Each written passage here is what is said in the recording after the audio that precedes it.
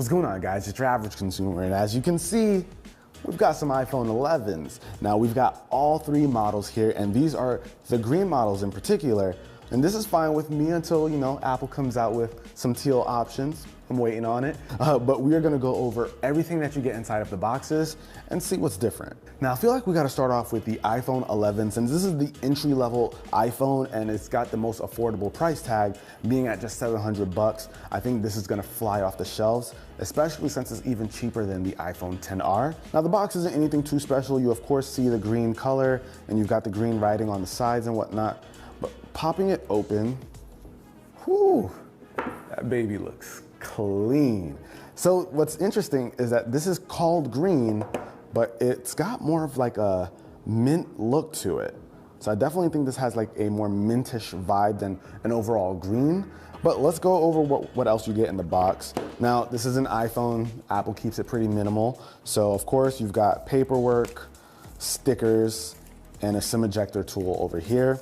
And you of course get your 5-watt charger, and you get your earpods, and you of course get your standard lightning cable. So really nothing too crazy to see here. This is a very familiar unboxing experience. So let's really quickly talk about what's different with the iPhone 11. But of course, we gotta take off that nice plastic. Let's get that nice clean sound.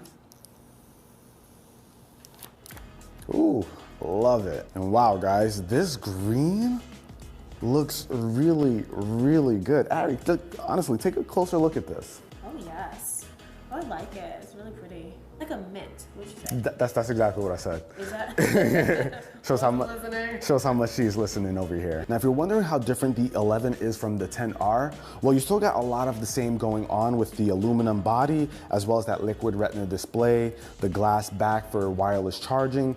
But in the back, you'll notice we now have dual camera lenses. So the iPhone XR only had a single one, but with this phone, you'll have access to an ultra-wide camera lens, as well as multiple colors. This is the green version, but Apple came out with a few different options, from green to white, product red, yellow, black, and purple. Now, the 11 is still rocking that lightning cable, so if you're hoping for USB Type-C, sorry to crush your dreams. Now, when it comes to the pros, I'm gonna go for this 11 Pro Max. This is what's going to be my daily driver, and I am super excited for this. Now, you'd be surprised. Check this baby out. This is the midnight green. Do you think this would be more green? But it's actually really close to space gray. It's got like that green tint to it. And this is what made me feel comfortable with making the shift. It's not a harsh green or anything like that. It looks really, really clean. And with the new Pros, you'll notice that it has a glass back, but it's got this different texture to it. It's a textured back, so it's got like a more matte finish to it. But on the sides, you still have that beautiful stainless steel. And man, look at that, guys. That is a clean look. But now let's put this right here for a second. See what else we get in the box. You, of course, get more paperwork. You get your earpods. You know about those already. We put this to the side. But here is where Apple is listening, y'all. It's about time. But we finally have an 18-watt charger. So this is gonna give access to fast charging. No more of that 5-watt stuff. You finally get access to fast charging with the included charger. So basically this means you're gonna be able to get 50% juice in 30 minutes. And you also get this USB-C to lightning cable. Very, very good on Apple to finally include this. So now you don't have to go and buy your own fast charger and add on to the cost of the phone. You got it included in the box. And the unboxing experience for the iPhone 11 Pro is exactly the same. You get your phone, which is a nice size. I like the feel of this. But you also get all of the same things that you got with the iPhone 11 Pro Max. So that includes the 18-watt charger. Ooh. And boom, here they are, the iPhone 11 Pro and the 11 Pro Max. They look awesome. They definitely feel really, really premium. And I gotta say, Apple did a good job with this whole design change in the back. I personally like the way the triple cameras look. I know I'm in the minority here. A lot of people dislike it, but listen, fidget spinner or not, I think it looks dope. Now, just looking at this camera above me, I can see a difference between these three screens. The iPhone 11 uses what Apple calls a liquid retina display, while the Pros use a super retina XDR display. This is like their Pro display.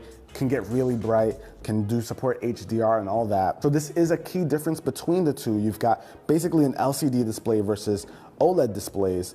And while it's not gonna make a huge difference overall, it is definitely something to note.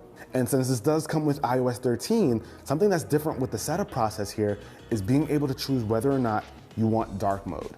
So you can pick here, and this is nice because I know a lot of people like dark mode. I don't really care for it that much, but we're gonna just do it just to switch it up. All right, so I went ahead and finished setting everything up on the iPhone 11 and the iPhone 11 Pro Max.